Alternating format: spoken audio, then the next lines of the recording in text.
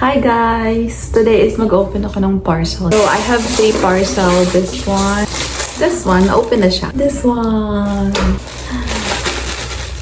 Let's open it na. So, lahat is from Shoppe. So, ano natin i-open? Kasi na-open na siya.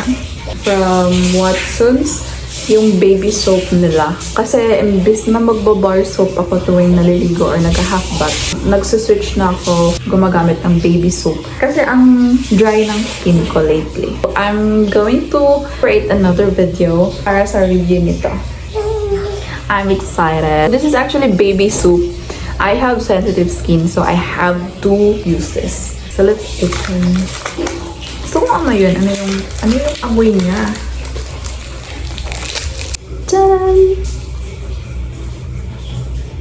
Bango niya.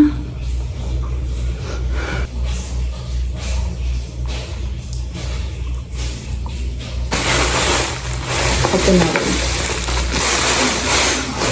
So, dalawa to. Picnic. Humidifier. Ang gaan niya. Ooh. Warm from warm. White.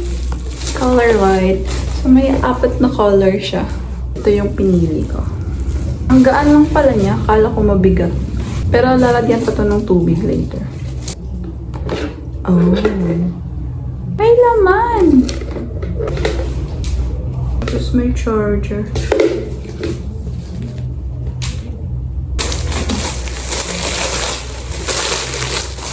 Wow! Kung isa is for picnic.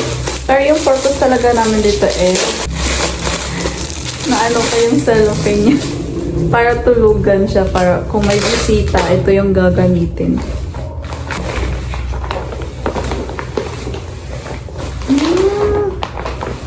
Ang laki. Ay, medium. Parang medium lang to.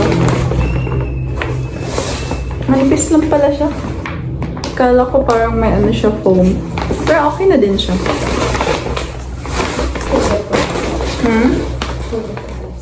For its price. And yung last one is ito. Actually, ito is essential oil. Essential oil.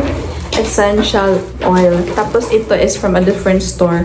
Kasi yung mga essential oil ng store na may ari nito, maliliit yung mga ano niya, essential oil, tapos random yung ibibigay. Gusto ko namin na yung, alam namin kung ano yung tawag ng aroma niya. Kaya ditong store kami namili. And ito is Shangri-La-like scented. Marami kasing umu-order nito based sa reviews. Ito yung madalas in-order nila, kaya ito yung pinili namin.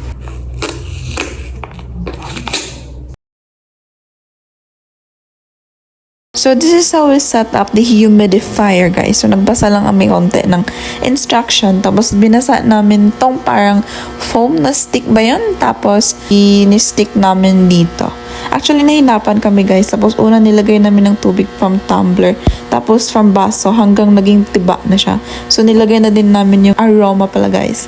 And then, ayun, charger na nga. Tapos, easy set up lang naman siya. And charan! Guys, it is so maganda. Look at it. I love it so much.